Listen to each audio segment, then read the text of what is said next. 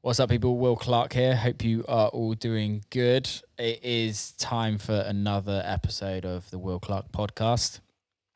This week's guest is the one and only Shadow Child.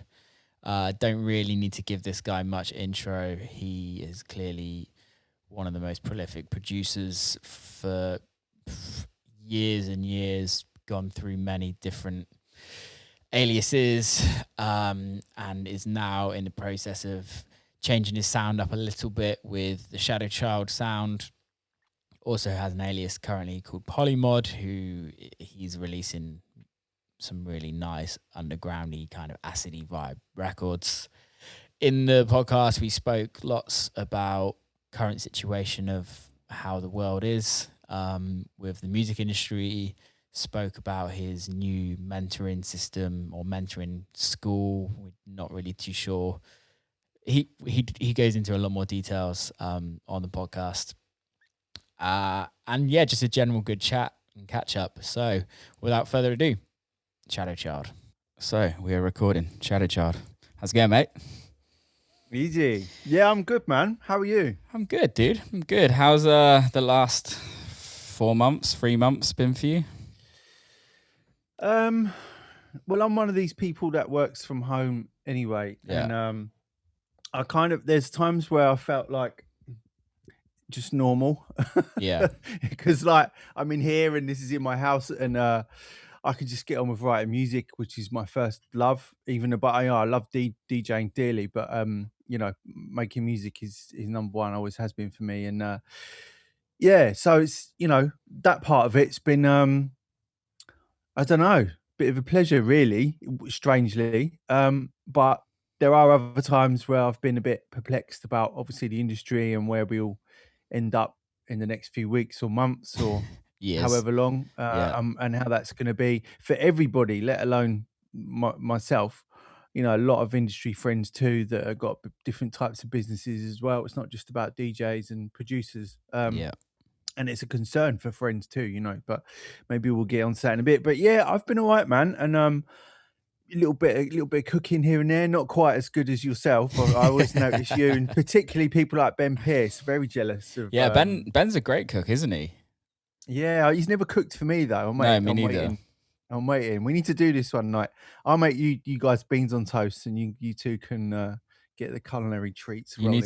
You need to do some like bougie beans on toast though. You need to like jazz it up a little bit. Get a bit of Worcestershire sauce and some cheese in there, and then you'll be laughing, mate. Oh, mate, yeah, no, is that what it's called? Is it? Okay, right. I already do a little bit of that sometimes. Yeah. Anyway, not for my daughter. I was going to say actually because I've got she's 5 in November, but my daughter is obviously no longer been at nursery since where are we, end of Feb?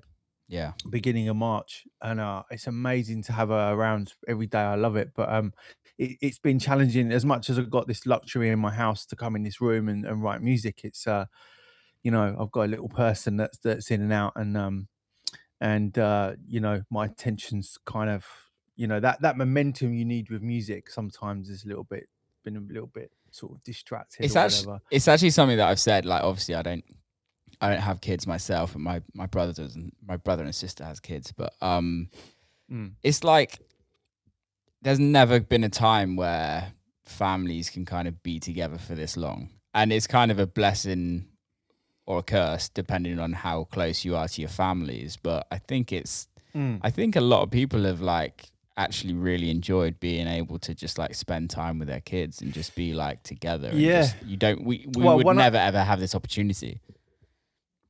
Yeah, exactly. It's kind of not built in these days to be like this. I mean, when I was a kid, I was kind of brought up to have family mealtime around the table and do that whole thing, and it was lovely. But as time goes on, life goes on, especially in this industry we're in, you end up sometimes you don't know where you're going to be for a mealtime, especially on the weekend.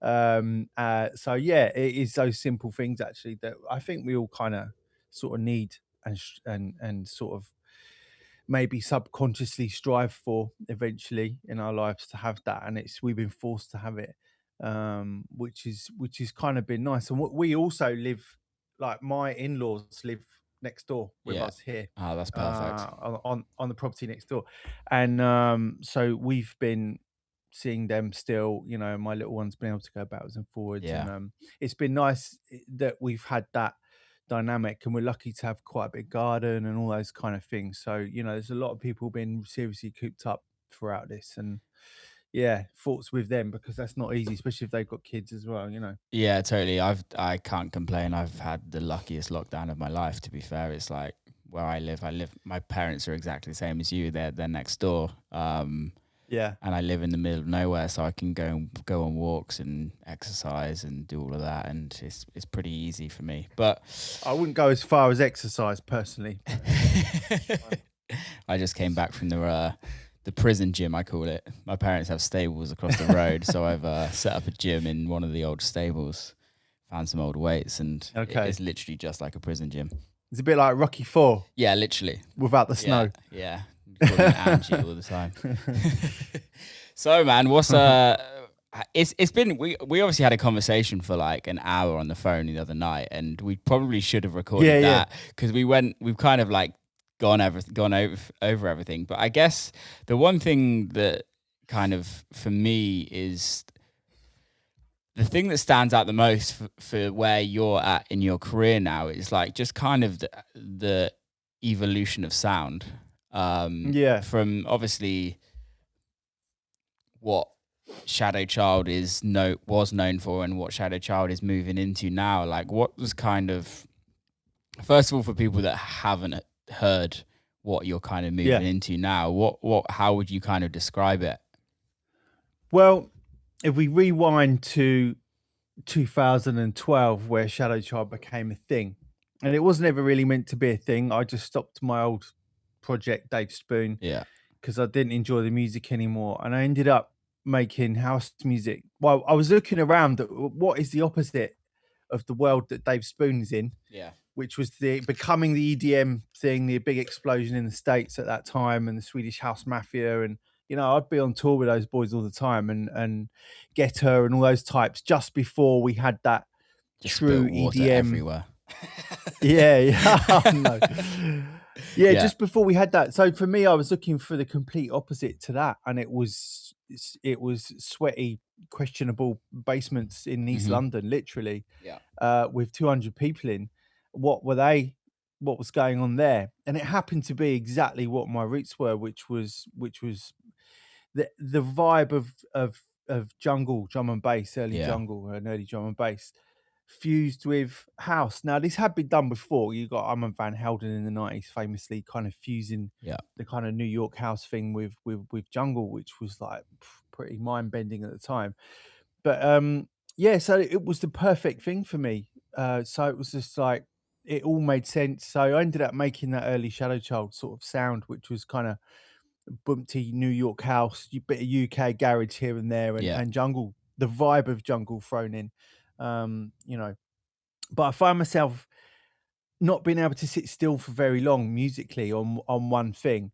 And I have a lot of respect for people out there, a lot of artists that are extremely successful, much more successful than myself even, and that stick to one sound. It's almost like a similar record every time. I struggle with that, man. I love that. I struggle with that as well. It's not that even like I sit here and roll my eyes at it. It's just not where I'm at. That's all. And I wouldn't be comfortable 8 years later still doing that personally. No. That's all. And you know, fair play to those that are doing that, because the music is good and it's successful. But for me, and this is where, to answer your question, where I am now, I always have to kind of search. One thing for me is it has to have a little bit of that throwback vibe. I'm not very future with what I do. If you know what I mean, and it has to have that familiarity in it, and I think that's what's connected with people over the years. Going back to that throwback kind of vibe, though, it's super strange, and I don't know if it actually necessarily happens in many other genres of music. I think maybe it does, but I think especially in house, and especially house techno at this moment in time, it's very throwback. What do you think that is? Yeah, it's just a familiarity thing. It's a comfort thing. I think even for the biggest, coolest techno DJs, they've, you know, the last 3 years have all been playing even a bit of old trance. Do you know what I mean? And it's just like records you go, wow, they played a trance record or like whatever. I mean, it's not that groundbreaking a thing. Do you know what I mean? But I think everyone's got their entry point into this music, and I think that sometimes that rears its head in a sound, even the real coolest of sounds. And that's kind of where I'm at as well. Is this kind of mid-90s, early to mid-90s pre-trance, if there can be such a thing as proto-trance, that's kind of where I'm at. And trance has been a bit of a swear word, a bit like saying dubstep to a lot of people, but it is what it is. And there's a lot of music early to mid-90s from labels like R&S, Heart House, even British labels like Huge Tunes, Hard Hands, which is Leftfield's label, Gorilla, like immense labels that made that early trance sound, that progressive sound that people like Sasha and Digweed played as well.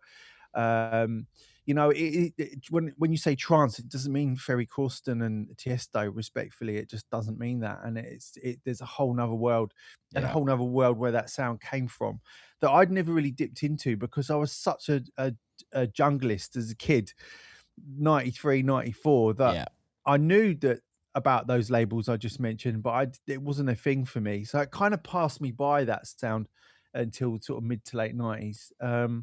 But I found myself, you know, fortunate enough to have a room full of kit that makes all those same noises that those early trance records make. And I don't even mean some of this analog gear. I mean, just here, I've got these old sort of early 90s rack modules, and a lot of the sounds that are in those were the sounds that really made those records not even analog gear, you know. And it was born out of me messing around with this Apollo project, as I've called it, where across a month I made about 8 tunes that all stick together in one pot. They're very melodic. It's melodic house and techno to me. You know, people can call it whatever they want, as long as people hear it and enjoy it. I don't care what they want to call it. So that's where I'm at currently, and it doesn't really quite fit the Shadow Child thing, as in that kind of, you know, boomty bassliney kind of garagey house or whatever I did 8 years ago, but it fits as in the throwback thing, and hopefully the production too. You know, I'm always trying to keep the production pretty tight and keep a bit of character in each record. I think that's the main thing. I think as long as you can keep your character in, it's a bit like Eats is very good at it. It keeps the character through from that early house stuff through to a techno record. I could tell if Dan's made it, you know what I mean? It's definitely. It's about that character, you know. I hope that's what people buy into, you know. Yeah, I think also it's as a producer, you have your ways how you write music. For me, it's exactly the same. It's like you and I could be given exactly the same tools, and it's going to sound like a completely different record, just purely because of how we write and things like that. And I think that's the one thing that you have as an artist, is that you have a sound. And I think by kind of evolving, I think for evolution for sound, for me, has been a huge thing. But I think it's just about doing it the right way, so that you're not kind of alienating everyone around you, and it's kind of done gradually. And I think, first of all, you have to do that. Like, you have to dip your toe in the water and be like, okay, this is what I'm doing now. And then for me, it's like, okay, if I wrote a banging techno record and released that, and then put out a airy dairy club track, like a lounge house record, that's just going to completely throw people off. But if you kind of keep going down that same route, almost like what you did with Shadow Child to a certain extent, I think, what was your first Shadow Child? Was it String Thing? Yeah. So like, from the day one of a String Thing, you always had that vibe from. It's like a sound palette. Yeah, I guess so. And I can say that with your music too, you know, even your earliest stuff through to, you know, through to what you're doing now. There's still something there that ties it all together. And I think that's what can get lost with some people if they like genre hopping, as I call it, because I'm you know, I'm someone that is always, if I write what I feel, and sometimes it's a good problem to have, and sometimes it's not a good problem to have. Sometimes it's like, oh God, I need to start a new name, which is where Polymod came from as well. And and Mask, obviously I'm working with Mark Archer, who's Yeah, alternate as well, and that's one of my heroes too. And again, musically somewhere else, but music that I love. Do you know what I mean? And it's yeah, just, I just do what I feel, and I think it's very easy to sit in a room, whether it's just you on your laptop. It doesn't matter if you've got a room for the kit or not. It's just to have a little bit of freedom. I think if you put the blinkers on too much, you're going to drive yourself into a corner. And yeah, even if you have a bit of success, because even people that have success still find themselves very blinkered with what they're doing. And totally. I grew up playing my mum and dad's records, and making tapes for them when I was a little kid, and it would be like everything from like my dad to like Rolling Stones through to like my Yeah, mum, like New Order and Duran even, and like Tears for Fears, yeah. and then back to my dad's and like rock and roll records, and then even like some electronic stuff. Like he showed me Jean-Michel Jarre as a kid, and I was like, oh my god, what is this? It was just like, he said, oh, listen to this music, it pans between speakers. And this is my dad, who's a guitarist and like a big into the Stones and ZZ Top. Sorry, mate, but that's true. Not Yeah. a not a beard pun. Dude, I get But that yeah, every time. serious. But yeah, but even that, I think you've got to be into different things and have Yeah, different vibes going on, and you need to bring that into music. I think just being a raver and going out and thinking, oh, I'm going to be a DJ and producer now.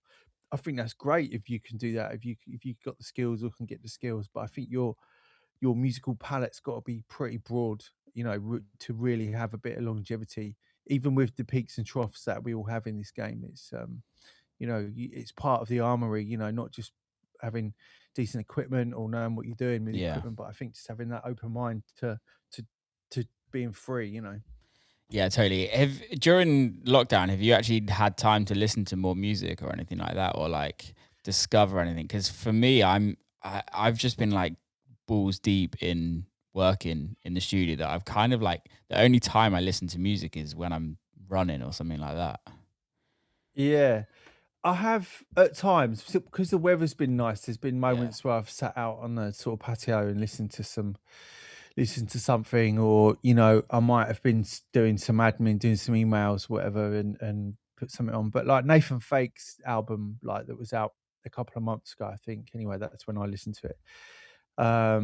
He's just incredible. I Like need to I've check that always out. been a fan of his, but I kind of dipped out of what he was doing for probably the length of time I've been doing Shadow Child. To be honest with you, I didn't really listen to Nathan's music, but that album is just incredible. I think it's. I don't know. I've not heard of him. I need to check him out. Oh really? Yeah, So I was a big James. I mean, I am a big James Holden fan, but same thing. Those two are very much in the same kind of world. yeah, That kind of John Hopkins, but a bit more yeah. twisted than Oh, John really? Hopkins. Yeah. I mean, it's incredible. He I'm gonna make a like note of it. anyone who's watching or listening to this, like check out Nathan Fake's album. But even if you just listen to the first track, because it'll sort of blow your mind a bit, really. Um, I love John Hopkins yeah, but like there's on actually another I think level. John Hopkins has done an edit or something of a Nathan Fake Okay. track from the album. If I'm right, I can't. But anyway, yeah, that and then I mean I listen to a lot of older music. I mean the other Yeah. day we were listening to the Police, and like I grew up with the Police, Yeah. like again with my dad, like in his record collection. That was a big one, and I don't know. I do like looking back a bit too much probably at times, but I like the feelings that music gives you. That's what it's there Yeah, for. You know what I totally. mean? I don't think we should be worried about that. I think I was listening to like a Rick Rubin interview the other day, and I think he was talking about Pharrell or somebody, and he was saying that like whoever he was talking about, literally the first thing they do every morning is they wake up and listen to 2 hours of music they've never heard of. And I'm like, I really, wow, yeah, that is to be able to have that freedom of just being like, you know what, I'm just going to listen to music for 2 hours and just like, yeah, just vibe. It's kind of, yeah. I guess in your busy lives, you kind of have to make time for that. Um, A lot of people probably do it without realizing. I Yeah, mean, probably not producers or people like us or whatever, but maybe people that commute to work probably true. listen to an hour of music every day, if they're able to go to work at the moment or whatever, Yeah, and then probably listen an hour on the way home. But obviously, we're talking about it from a music making point of view, so it's a little bit, we do. slightly different. So But yeah, what's your thoughts from obviously you've gone from vinyl, CD, iTunes, and now Spotify and Apple Music. What's your kind of thoughts on music, on how it's kind of being listened to now? you have to respect the people that are at the other end listening, whoever they are and whatever. And it's just whatever medium or platform they use to listen to your material. I mean, I'd rather that it was like it was. It felt like with vinyl in particular that, well, I mean, there is a really healthy vinyl industry still. Obviously, it's Yeah, not quite what it was 10 plus years ago. But yeah, you have to respect the listener and how they want to consume your music. And that sounds very corporate to put it like that, but and I'm not a very corporate person, but it is true. You do have to play into that a little bit and respect that. So, but for me, as a personal thing, it's just got to have some substance to it. I don't really care how I listen to it. I'm yeah, happy to listen as a listener on Spotify, and I'm equally happy to go and put an album on, because albums we really love, we yeah, buy if we don't own them on vinyl already. Myself and my missus, we make an effort to go and buy it. If there's a Prince album that's even on a repress, I'm not worried about having originals and things. You know what I mean? We yeah, get it so we have that feeling of putting a record on, and because we both enjoy that still. So for us, it's just an experience that we grew up with, that that you kind of want, but things change. The only thing that is a huge question for me, and this might be diverting that question a bit, but back to you. But my issue is the thought of cloud DJing, which which is DJs with the controller or yeah, CDJs or whatever they're going to use, and being able to just connect to Beatport or wherever on the fly, not actually have a collection that they've nurtured and really put whatever into, um, and just having this ability to be DJing from out of thin air. I mean, yeah, there's a whole part of the art and craft of DJing. If you're digital or vinyl, it doesn't matter, but there's a whole art and craft with it. Even to now, when a DJ turns up with a USB stick, there's a lot hmm, of preparation yeah, and a lot of stuff that goes into that. I'm concerned about that. I yeah. think the technology is incredible, but I don't know what you make of that, as See, in see, for me, the whole cloud DJing thing. there's three parts to DJing. There's maybe it's only two parts actually. It's actually mixing, and then there's reading a crowd. But Yeah, there's also some DJs that are some of the best DJs in the world, and they don't read the crowd. They just do what they yeah, do. yeah, Um, the thing with the whole cloud thing, like from if I was just using it, if it was just for me, it just would never work, because I would say 85% of my sets is like musically is all my own music that I make. So it just wouldn't work. And it kind of also feels like you're a bit of a wedding DJ, where you're just like searching yeah. for like, if somebody's like, oh, play this song. Scrolling, Yeah. And I think scrolling, and scrolling. Yeah, the way these platforms, Spotify, Apple Music, and even I'm pretty sure Beatport's like mm. cloud is going to be exactly the same, is that you're just going to get the top. You're just going to get the most listened to or the most streamed Yeah. records. It's not going to be like, oh, so Was a bit. you play, I don't know, you play Eats Everything, so you might like this, if you know what I mean, rather Yeah, than, I think, I don't know, I just algorithm DJing. yeah, and it takes away, obviously, from the vinyl days. I started with vinyl as well, and there's something about going to a record shop and just digging for music. And I kind of do the same. I do the same on Beatport. I can spend, when I'm in the right mood, I can spend 2-3 hours just looking for records on Beatport. What I wonder is, and I again, this isn't knocking or dissing anyone out there who wants to be a DJ, wants to digital DJ or cloud DJ. Even. This is just from my point of view. If 15, 20 years ago, people were still having to go to record shops for true underground music. Yeah. And the effort that is needed to become a DJ with vinyl and from the shopping, let alone playing it, the physical side of carrying records around and the whole hassle of it, which is a real labor of love for me and maybe for you. But the ease of being able to sit on your sofa with a laptop or even on your phone and buy music, and then it just syncs up somewhere and goes to your laptop, and then you've got it on record box and you just go, oh, I'm a DJ. Yeah. In the USB. And fine, things have to move on. I don't have an issue with that. But I'm wondering if it was that hard that you had to hunt down specialist record shops, and you had to hunt down. There was a limited number of MP3s or digital files in each record shop that you couldn't get everywhere.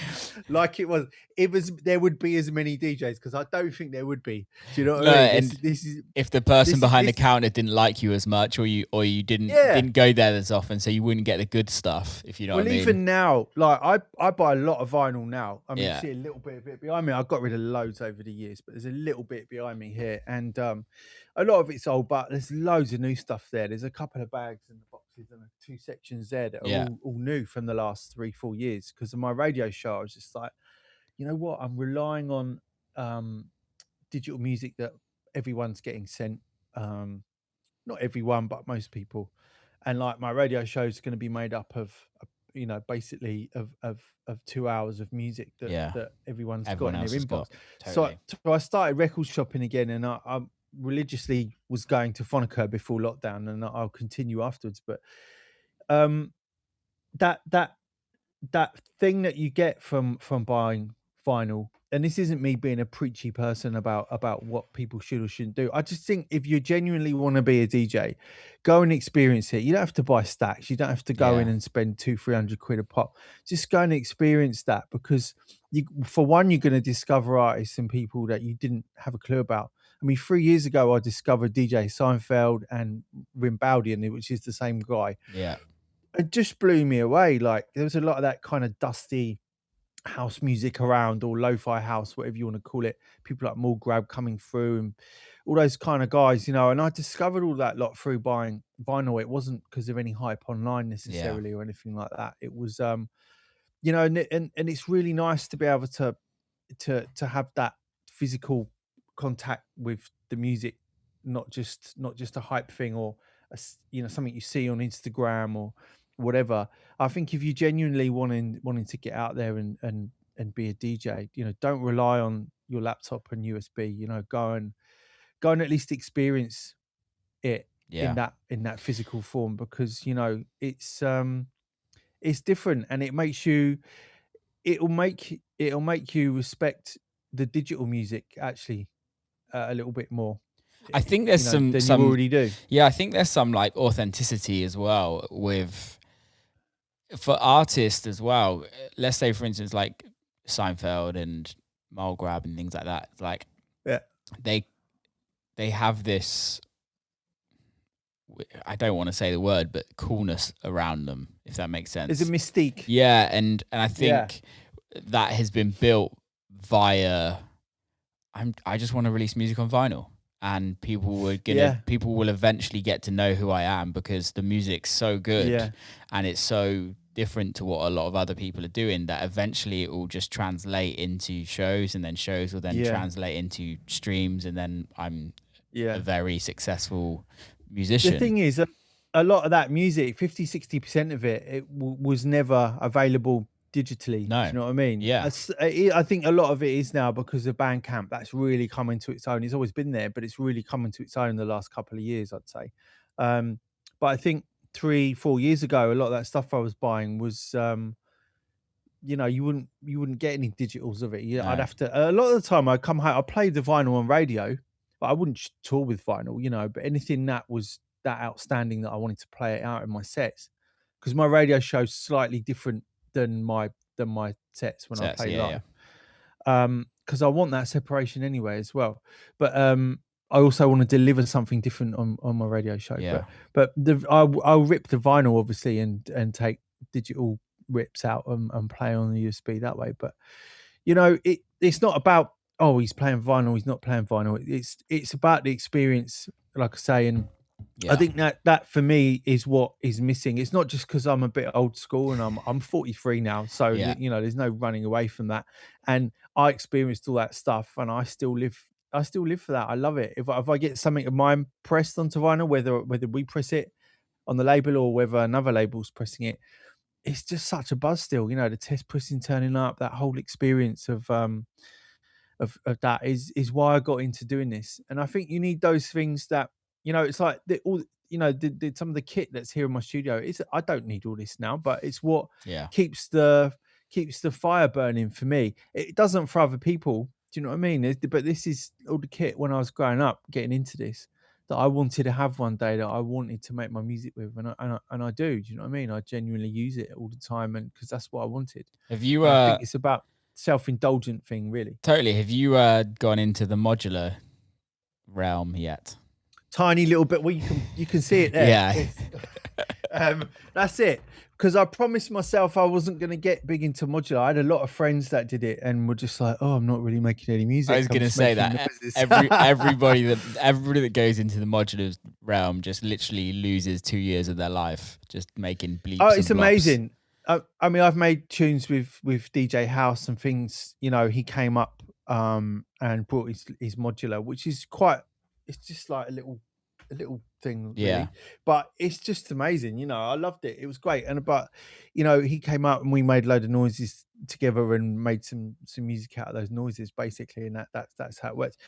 I think if you can commit. I mean, even with this kit, you know, the way I used to run all this kit that's here is all. For people that understand, is all, I was running it all live via MIDI and the audio coming in, but I wasn't really committing to anything. So Yeah. I'd end up shutting down for the day, like not having committed to anything. It was just MIDI notes on a page. And a lot of these old bits of kit don't have memories on them, so the sound disappears. Yeah.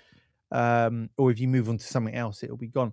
But what I forced myself to do the last 2-3 years is actually commit to the audio straight away. Because normally when you're writing music is like the best ideas of that session or whatever, whether it's an hour or 10 hours long, your early ideas, normally it's a sound that you generate and then an idea comes. Yeah. And then normally that's actually one of the strongest things that you'll do that day. Whereas some people, and was myself included, will still be noodling around with that sound. So you've got the musical idea and then you'll be like, I need to change the sound. And then it will turn into something else, and it'll be like, it's kind of gone away from Takes the vibe away. from your instinct and the Yeah. vibe. Yeah. So, and this is the same for plugins too. Don't get me wrong. Do you know what I mean? Committing early is a good thing. But with modular, I was like, this is a bit of an endless thing.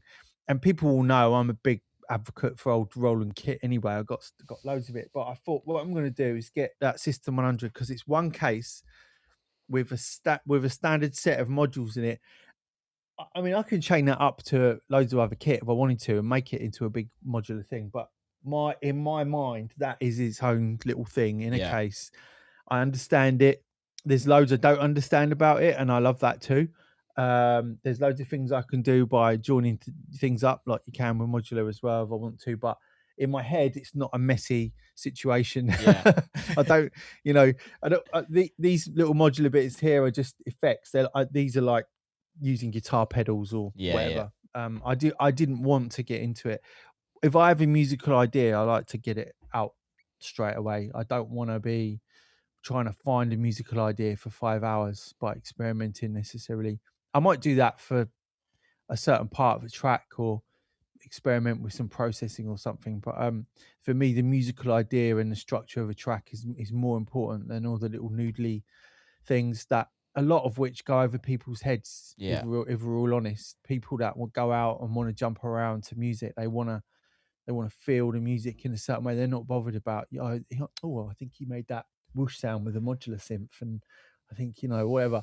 It's it's true though, man. It People is, just want to go out and jump all very around true. and be silly to your music and enjoy themselves. It's like it's not that important, Well, I think that goes back to who you making the music for, because there's some producers out there that are, like, let's just say for instance like Macioplex, right? Oh, yeah. For me, like I would personally, he's probably one of my favorite producers at this moment in time, and has been for many years. And as a producer, I know how much time is going into those records, like from individual sounds to mix down, master, literally the whole process. I can tell that process, it might be a quick process for him, but there's a lot of time and effort gone into that. The attention to detail and the insane. Whole, but I think people on the dance floor, I don't think people are like, oh my God, this track is like got so much attention to detail. However, it translates into on the dance floor when a record has that much detail. Whether the detail is on arrangement, whether the detail is on the groove or something like that, I think that does translate, because it's very easy. Like we could probably pull up a kick drum and get your SH-101 out and write something very quickly that's going to work well on a dance floor. That's exactly what I did with DBG, by the way. It was like one note, done. Do you know what I mean? Exactly. That was one of those. But I think, and there's other producers out there, like, I don't know. Okay. Let's say Eric Prydz, for example. Although there's a lot of attention to detail, but I think that what happens is that takes it away from the dance floor as well, to the point where people will listen off the dance floor. And I think that's where streaming platforms is really helpful. That's another thing. 100%. Because I think for me, totally. And again, those noodly bits in tunes that might go over people's heads in. Oh, my internet is going haywire. Yeah, you were all over the place there, but I was rolling with it. Can you hear me now? I can hear you. Yeah, you're a bit. There's a bit of a delay. Okay. Yeah. Go for it. Yeah. If I just freeze like this, then you won't know what's going on. No, I think we're good. I think No, I totally get that. I feel like I mean, a lot of people, more people consume this music outside of dance floors now than they ever did. So you have to respect that. We wouldn't all. I mean, one of the first things you have to do these days is make the Spotify edit, because no one wants to hear 64 bars of just drums at the beginning, which is a DJ friendly thing, so tunes can be mixed together. It's just like, wow, it's not, people are skipping. They're like, I don't want to hear drums for like this long. The drums are cool, but like, I want to hear a tune. I don't know, I want to hear something that drags me in. So we all do that. So we're all, I say all, most people are kind of playing the Spotify game, the DSP game, where you have to have the streaming edit, which used to be just a radio edit, but now it's a streaming edit as an important thing, Well, I think for me, for writing, streaming platforms have actually kind of not changed how I write. I think it's more so how I've kind of changed as a person, and as a producer, that I want to write records that people can listen to in the day or having dinner or something else. I want to kind of, and I think for me, like, I know I can write club records, but can I write a record that works in a club and also works when you're chilling out, if that makes sense, or when you just do it cooking or something like that? I don't know. It's tough. They're the records that have that timeless thing to them as well, a lot of the time as well. And that's kind of, whizzing back to one of your early sort of questions, was like, with what I'm doing now is to if I can achieve that timeless element to a track. I might not do it all the time, but a couple of times I've been lucky enough to do that, where I still have people now talk to me about the Dave Spoon stuff, and I played like at night, like the other week, and it's Yeah. like, wow. For me, it's like, wow, really? Did you? And even people still play 20. People still play 23, which isn't even as long ago as that, but it's still a long time ago. It's like 8 years old this year. 23. Yeah. Do you know what I mean? Jeez. That's mad. Yeah, and it's just like, well, that must be what that means then. When people talk about timeless music, it isn't it's ABBA or it's so you know what I mean? It's like that exists in our world completely. Does 100%. You know, I can. Yeah, totally. And I just that for me something that I sort of strive for. And if that means that that's one of those records that someone will put on while they're cooking, like you say, or on the bus on the way to work, I think you've achieved something, because you know there's a lot of music that is purely just really for dance floors. Like it really, really is for dance floors. Yeah. Or it might be just a little vibe in the background of a cool clothes shop that you might go into. You know what I mean? Or whatever. It's just, you know, tinkering away in the background. And you know, I respect all music. There was a guy that I discovered about 18 months ago, Tibby Dabo, who's like, you know, this guy who I'd actually come across before through another project that he did. And I got sent a track of his that was on Crosstown called Her Moon. And it's about, it's either like 10 or 12 minutes long. It's an a amazing long record. piece of music. Yeah. Absolutely oh man, amazing record. And it evolves into like, from like a club record to some like beautiful, I don't know if you've ever played it in a set, but it fucking destroys. It's so good. Yeah, it's incredible. It's incredible. But you know what? I didn't get it to start with, because I listened to it and I thought, it's another one of those. Like the production sublime. I could hear that. I could hear how, you know, obviously it fitted perfectly in Lazarus as well. People like Sasha and all those kind of people, amazing. You know what I mean? Like proper sort of moment. You know, as far as the production goes. But I didn't really get why the piano part. I'm spoiling it for people who haven't heard it now. But the piano part is right at the end of the record, and you kind of. And I'm just like, there's the moment. Why is it there? Why isn't it? And Genius. I didn't get it at all. Genius. I didn't get it. Yeah, it is. And I actually went. I was talking to Sasha, and he said, I'm doing Fabric. Come down. And it was the night he was doing all night there, and I saw him play it there, and I wasn't expecting it coming, and I heard it coming in. And I was just like, okay, this would be interesting. Like, we'll see where this kind of goes. And man, I totally get the record now. Do you know what I mean? It's like, wow. It's weird. Like the reaction to it was just insane. And like that is why anyone that doesn't know this record, Tibby Dabo, Her Moon, go check it out, listen to it, stick with it. It is a different experience on a dance floor to listening in your home or whatever, obviously. But you know, listen to it, you'll get what we're talking about. But it's piece of genius, that record. That record. I remember because somebody told me to listen to it. I was in Detroit actually, and it was just before I started the Open to Close tour that I just finished in March, and I was driving downtown. I had one of my friends with me, and one of my mates, she's like not a DJ or anything, just really into like kind of melodic-y house that's not like progressive trance or like nothing hard, but it's just very like quite nice music, if that makes sense. So she put this record on, and I didn't really notice much that was going on until the piano happened, and I was like, oh my god, this track is genius.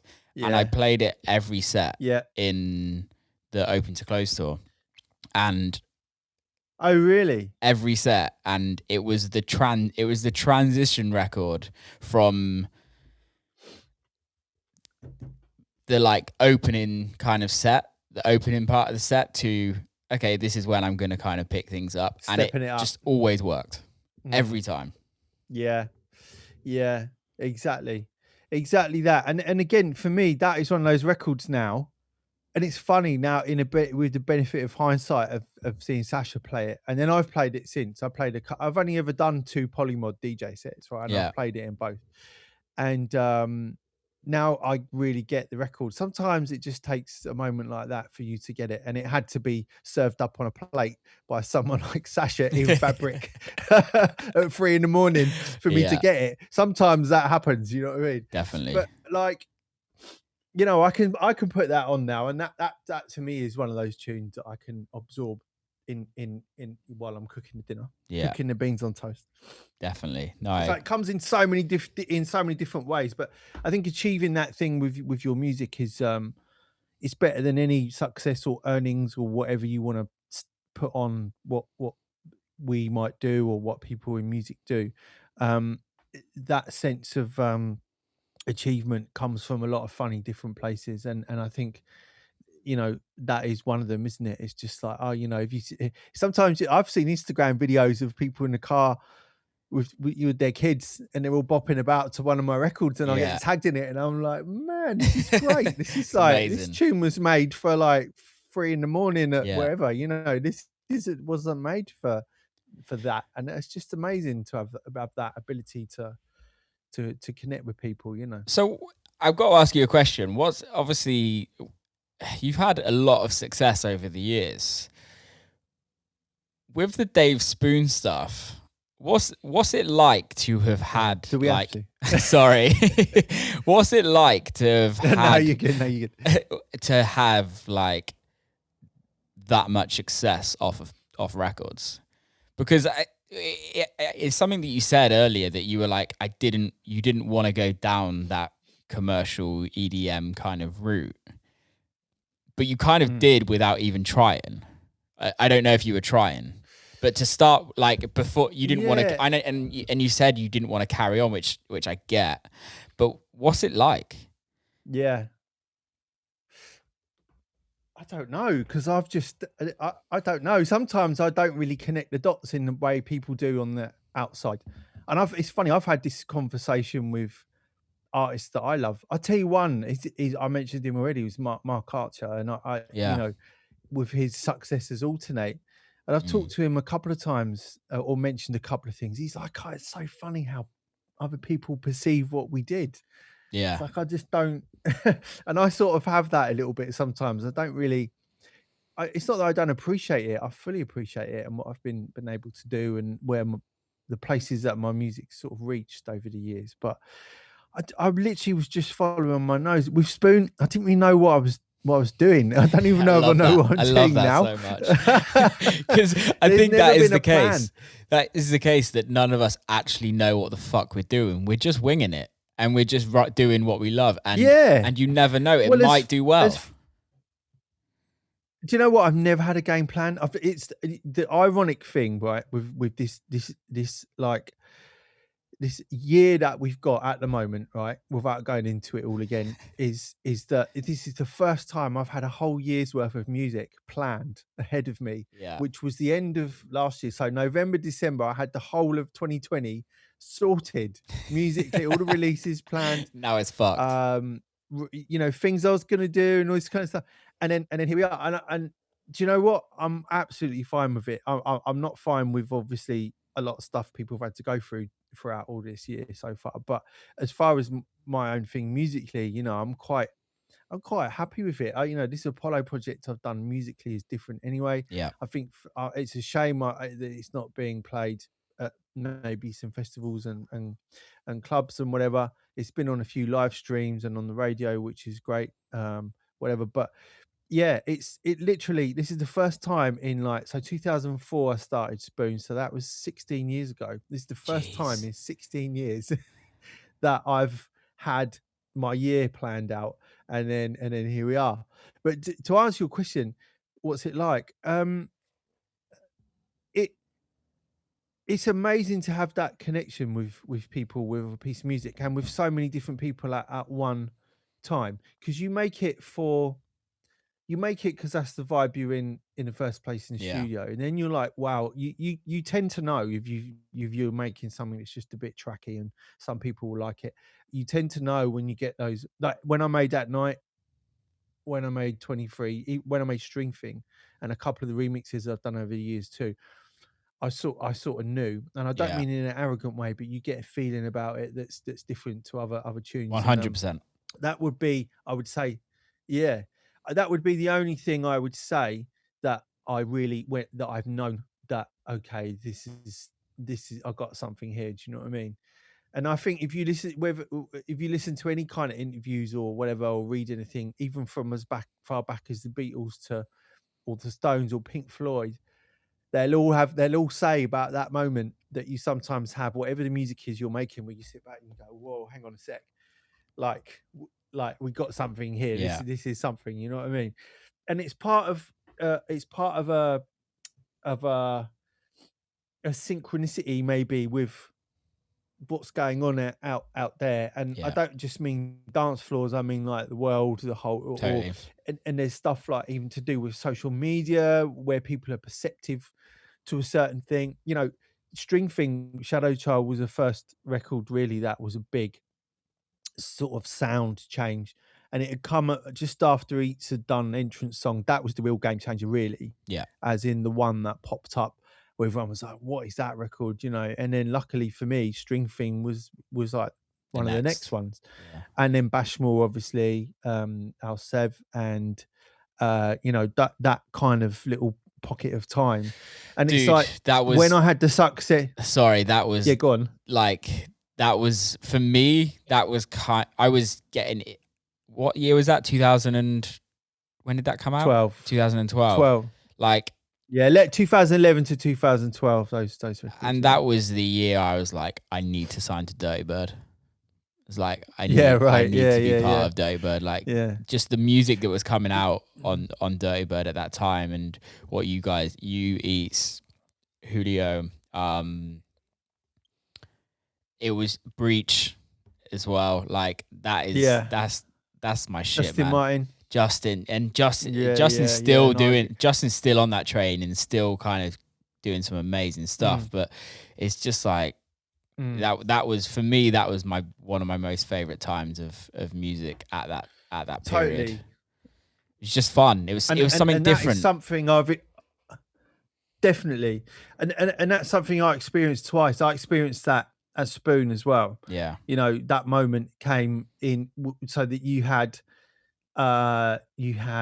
me and sort of Dean Ramirez, who did Body Rocks. Yeah. At night, you had Body Rocks, the remix of Body Rocks, which is a big commercial wedding tune now, really. Mad, isn't it? With all respect, but big up for that. Going back to what we were saying just now, but like at that time, it was just like, my God, what is this? People might not understand that now unless you were sort of there at the time.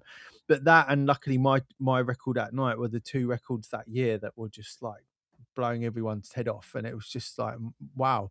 And it was just, again, a lot of things, a lot of stars aligning, you know. And this is happening all the time. It's just not happening on our radars. Do you know what I mean? This is happening for someone else at the moment, or last year it was happening for that person. It happens all the time, and it's just like if you're a part of that, like that bubble, that kind of happening or whatever, it's that feeling for me is much more satisfying and powerful than any money or success kind of thing. That feeling that you're a part of that thing is and that might be my downfall sometimes, because I don't do this for the money. I do this for my music and connecting with people. I also don't do it, it's not about me as a person. I'm not you know, like Eats Dan, again, he's a huge character, and you get a huge character with the music as well. He's like the complete package and such a sound guy. Whereas me, I'm one of these that's more just, I want the music to be the character. I'm the guy that just presses the buttons, you know what I mean? And it's just like, I'm not. So like, you know, that is a slight difference there as well, obviously. But yeah, man, it's just a really nice, special thing to be part of, and to have people all these years later still talk about those tracks. It's amazing. And you know, my music did do really well back then. I mean, I didn't go into that stratospheric EDM explosion in America 2008-9, because I felt that the music just wasn't me. And I think if I was someone that could go and just DJ and play anything and not have a care in the world, I mean, maybe I shouldn't, for the kind of money that gets thrown around for those parties. But you know, and that's fine, that happens. but I can't stand there and pretend to be into music enjoy it. I'm not feeling. Yeah. And I did it for a bit, man. I remember this was the end of Spoon, right? So I was playing Creamfields, I think 2010, and I was in Steve Angelo's arena. The Swedish House Mafia had done their thing already, so Steve was propelled into a different Yeah. stratosphere. But I was playing the Size label arena, which was huge. It was like the second biggest arena there at Creamfields that year, and I didn't want to play, man. I Yeah. stood there and I was just like, there were these guys called Third Party, three of them, obviously, before me. And and I know this is how this music is played. I'm not knocking it. I'm just saying why I wasn't feeling it. It was relentless. It was like, if you could draw it as like a picture, it would just be a big Yeah. square for like 2 hours In of a your square. face. Yeah. Yeah. And I'm all about playing like big moment records. Don't get me wrong, but a DJ set needs peaks and troughs. Yeah. It's a little bit of a journey, even if it's an hour or what. And like, I was just like, I've got to go on after these guys as well. And I just can't, this isn't where I'm at.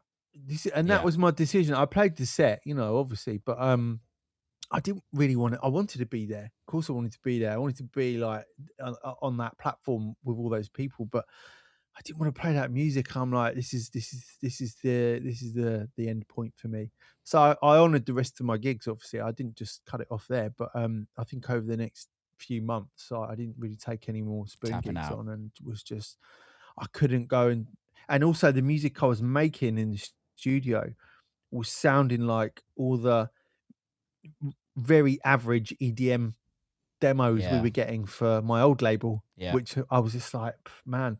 But that's what my music sounded like. It was like music for numbers for Beatport, and Yeah. I don't write music like that. It doesn't matter if my music's big or not. It's like I can't sit here and be excited about making music for Beatport, the same as I can't sit here today and make music about make music. Sorry, feel excited about making music for Spotify playlists. I can't do that. Dude, I can massively relate to that. When for me it was more so, and this is not me bad mouthing Dirtybird at all, but this is just purely for me, is like I got to a point where the music that I was releasing on Dirtybird, I didn't love it. I didn't want to play it. And also the music that Dirtybird were releasing, for me, I felt like it just didn't give me that feeling when they released String Thing, etc., etc. And it was kind of, I spoke to Barclay about it. I've had many of conversations about it, and he's like, dude, I don't even send you the records now because I know you're not going to play them. And he's like, it's no issue. It's just, when I think there comes a point where, for me and maybe for you, and maybe I definitely know for other artists, it's, you could be earning so much money from the records, but if you don't enjoy it, it's just that's not why we did it. We didn't start earning money from the beginning. We did like all of us. We've all literally just done years and years of not earning money, if you know what I mean. And people don't see that. No, People don't always see that. That's very cliche comment now. The old iceberg picture, or there was a picture, a famous picture that was up on Instagram and doing the rounds of a DJ behind a DJ, and it's like, this is what you see, but what you don't see, and it had a picture of all this stuff. I think, anyway, it was taking your mind that way of all the years of what we're talking about. Do you think that kind of also, because I think for me it definitely did, but it kind of can really get to you as an artist, like mentally, when you're doing something and you're not enjoying it. I remember 2018 for me, I had lots of things going on in my career. Nothing personally, it was purely literally, I was not happy with my management. I wasn't happy with the music that was coming out, which meant that I wasn't enjoying any of my shows. That year I could probably only name 5 shows I enjoyed, and I did about 120. And then I think it's everyone else's expectations of what you should be as an artist. Yeah. It's It tough. grinds you, man. Yeah. It grinds you down. And I think a lot of this stuff you can put on yourself. Like I'm the king of doing Yeah. that. You know what I mean? I've had problems over the years as well with sort of anxiety and all those kind of things, which I've not been mega public about, but I have mentioned it on my socials before. Because I don't tour loads. Do you know what I mean? Yeah. But when I look at the when I look at the source of what drives me into those places where I'm just not comfortable doing what I'm doing. It does come from the expectation thing, but you have to you have to have that. If we were footballers, yeah, if we played soccer, I should say, just for our American viewers, then you know and you're successful, you're great at what you do, and you end up playing for Chelsea or whoever you. I'm not a Chelsea fan, by the way, but you know there's an expectation there. If you have a good few games and you get put in the first team, the expectations there. I think if you're in that, if you're lucky enough, privileged enough, after you've put all the work in, to be then because a lot of people put a lot of work into their craft, but don't Yeah. get that moment to break through with it, whatever that is, whether it's sport or you know the arts or whatever, you know. And people don't always get that opportunity. If you get that opportunity, what people don't train you up for, what you don't get from you know 5 years of sitting in front of Logic or Ableton, is the mindset that actually that's what comes with it. Yeah. And you don't get the tools if you've got great management, or you know maybe a bit of a mentor type in your life. You know there's people like who can I think of? James Abila, obviously. I'm talking years ago now. He was sort of under Sasha's wing for quite a while, and I can Yeah. imagine that really helped James. And I know James a little bit, but not closely enough to say this for sure. But I'm just using that as a possible scenario where that would have probably helped someone like that with some of the realities of how it is. And I don't mean the realities as in, oh, touring's hard and you don't Yeah. get a good meal and all these things that you hear about. I'm talking about the weight of expectation that comes with success. So it can be one record or two records. I mean, there are people out there that it's just like water off a duck's back, as far as we know. Anyway, Yeah. as far as it looks. So you look at like Salado. I Yeah. mean, they Yeah. were doing some good stuff anyway. Then Tribesman came along, and it was like, my God, Camel Fat's another one. They've been doing that for years. You know, Yeah. Mike's already a massive success Yeah. before that with other music anyway. So but they seem to carry that weight of expectation and turn it into a laugh. But that's for us from the outside. Yeah. I don't know Yeah. anything different here, by the way, but who knows when they sit in the studio, or the grind, it feels like a grind because of the expectation, you know, because music needs to, there's an element of not always fun, but there's an element of feeling that needs to come through the music, whether that's Totally. fun or if you're down or whatever. If you can channel that, even if you're not feeling it, you need to be able to channel that through what you're doing. And luckily with the creative industries, we can do that. You can't do that if you're a footballer, because you end up sent off like David Luiz for Arsenal the other night, because he's not having a good time at the moment. So that's what happens if you're a footballer, you get sent off. For us, it might be just that we have a pile of music we're not really happy with. Do you know Yeah. what I mean? And it's like it's a little bit of a different thing.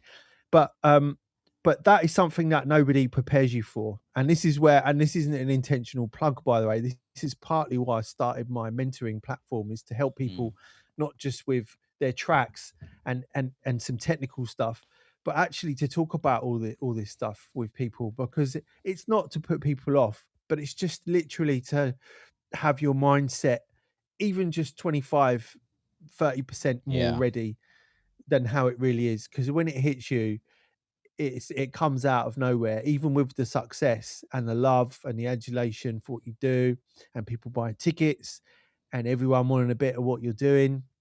You know, everyone from like you know from fans to labels to other DJs Yeah. to like management all over you. What do I do? Oh my God, I'm getting all these emails and Yeah. like it's great, but Christ, you know, they're business things that sometimes are the things that weigh you down. It's the business side that people don't see or hear about very much as well. I find that sometimes it's that, and also the expectation from inside inside your team, do you know what I mean? Yeah. Your manager, your agent, PR, or whatever you've got. There's an expectation even from them. This isn't about always fans or ticket buyers or promoters Yeah. or whatever. It's about that expectation from within, even because people forget, if you have a manager or an agent, they might you might have gone with them because you think, oh, I click with them, and I've seen him at a few Yeah. parties and he's cool, and like we get on and we both like whatever. But actually, you're going into business for that person. Yeah. First, you need to remember that first, that this is a business arrangement. You'll go. It's not just, oh, I've got an agent. I've got an agent. Everyone, this Yeah. is like, Yeah. no, no, no, no, no. This is a business arrangement, and at some point, this might be great and fun right now, but at some point, it will still be fun, but it will be, that expectation will be there, and it's a professional situation. You know what Yeah. I mean?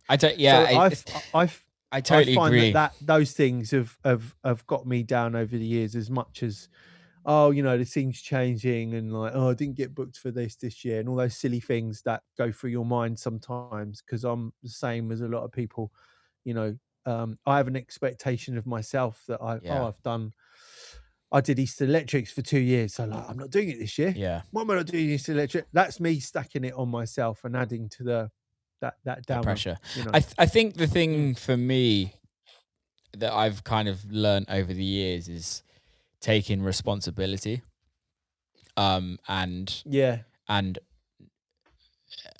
it's blaming people and blaming external things is Yeah. Yeah. the most unhealthy thing I can possibly do. And we all do it. We all do it. We all do it. And Yeah. I think for me it's like blaming old managements, blaming old agents, blaming Shadow Child for taking Beatport #1, if you know what I mean. Blaming this, blaming that, like, Sorry, mate. sorry, mate. I don't know when I last did that, by the way. But like, I think the minute I start blaming things, and I need to like step back and be like, where do I sit in this? Because if I'm not happy with, let's say for instance, my team, okay? Let's say I'm not happy with my manager, okay? What do I need to do to then make sure that I am happy? Do I need to talk to them? What do I need to do? Because I think the minute I take responsibility is the minute you can actually it's that child and adult kind of response. It's like, you go into your adult self, and then you're like, okay, well, let's actually resolve this rather than being the child in this situation. It's a little bit like, there's a lot of general life parallels that come into particularly your relationships with management and people. What I've learned is, and I learned this from sort of from the Spoon era, and tried to learn from that and bring it into what I ended up doing with Shadow Child, because arguably I think Shadow Child's been as successful, if not more, as Spoon was. Yeah. Certainly had a bit more longevity. Is that just to be straight up with people, because I tend to kind of know my vibe on a certain thing or a certain opportunity or whatever. I'm not always right. You can't always be No. right. Do you know what I mean? But you do need to go with your gut a little bit. And I've always, even when I've signed to a major, like I signed to Polydor years ago. When was it? 2013, 14. And it was a 2 single deal. It wasn't for a particular record, but I knew that they wanted 23. I knew they wanted a sticker vocal on 23, and I could see how that could be great and whatever for them and for whatever, but it wasn't going to be great for me. So I just said from the off, is that although this is a big deal and it's a big opportunity, and I know a lot of people that were in my position at the time wouldn't have done that and didn't do that type of stuff with majors. But I felt at the time, because I was very straight up with them. This is just one example of this kind of stuff. I was very straight with them and said, look, this ain't going to be about 23, and that's just not what I want to do. If I can sign to you and give you 2 original records and whatever else came with the deal, because there were add-ons to that, then I'm happy to do that. I want to build something fresh here. with this. I don't want to revisit 18 months ago and stick a vocal on it. Really, it just doesn't feel. If Jay-Z wants to do it, we'll have a chat. You know what I mean? But like that ain't going to be what happens to 23. And they still had that, even though they were like, yeah, that's we can understand that, and let's do the deal anyway. Still for the first 2 months of that deal, I got in my inbox nearly every day a shocking vocal over 23. Yeah. Like to try and twist my arm into doing it. And even at times when you've got this, and look, I know, I'm not knocking major labels here. We all need them, love them, hate them, every kind of emotion. Emotion. I know some really great, lovely people that work at major labels, so I'm not knocking anyone at all.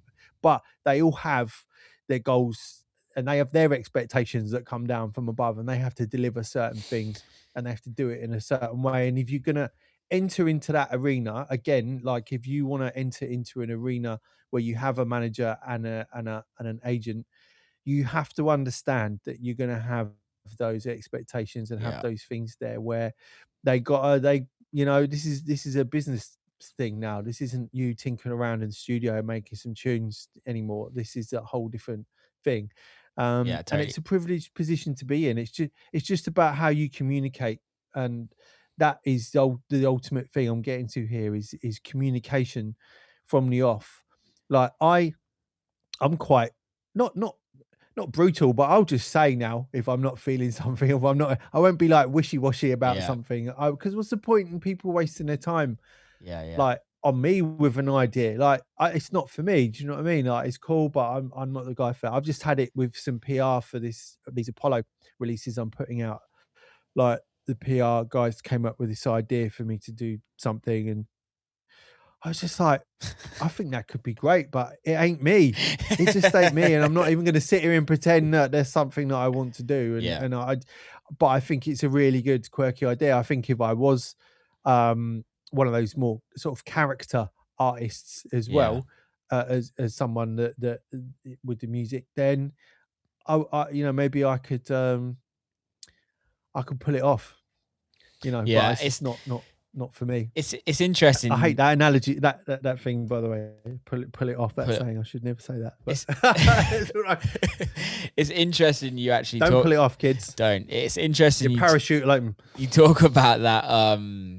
The whole 23 thing. I literally in the process of doing a remix at this moment in time, and I put the remix in last week, and they were like, yeah, we like it, but can you make it more like your remix you did of this?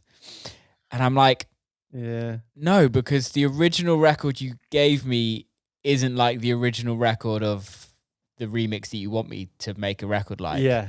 And it's like, it's that happy, it's that kind of way. And this is when it turns into a business. It's like, okay, they're offering you some money. Do you say, fuck you, Yeah. I've given you a very good remix, then let's not do it? Or do you go back? You know what I do? I've turned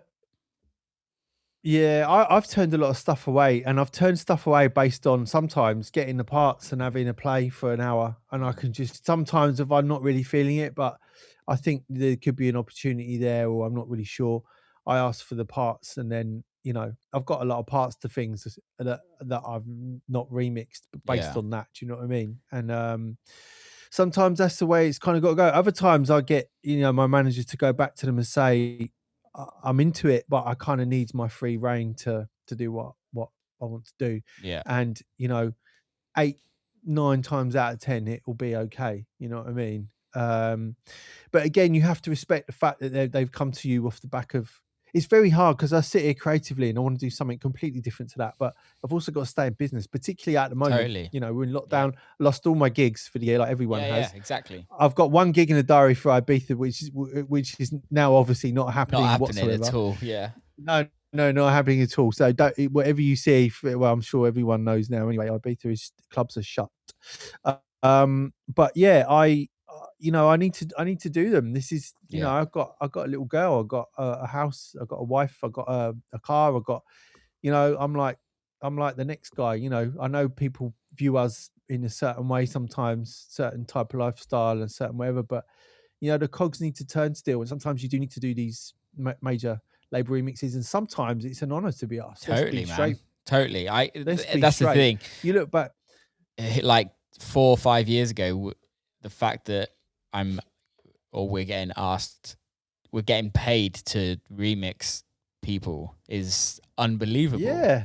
Like, it would never have happened. Can you even imagine? Like, Yeah. man, that's like, even I know I've been doing this for a minute now, but like back 2000, well, but even back to 1990 when I really started this, when I was at school.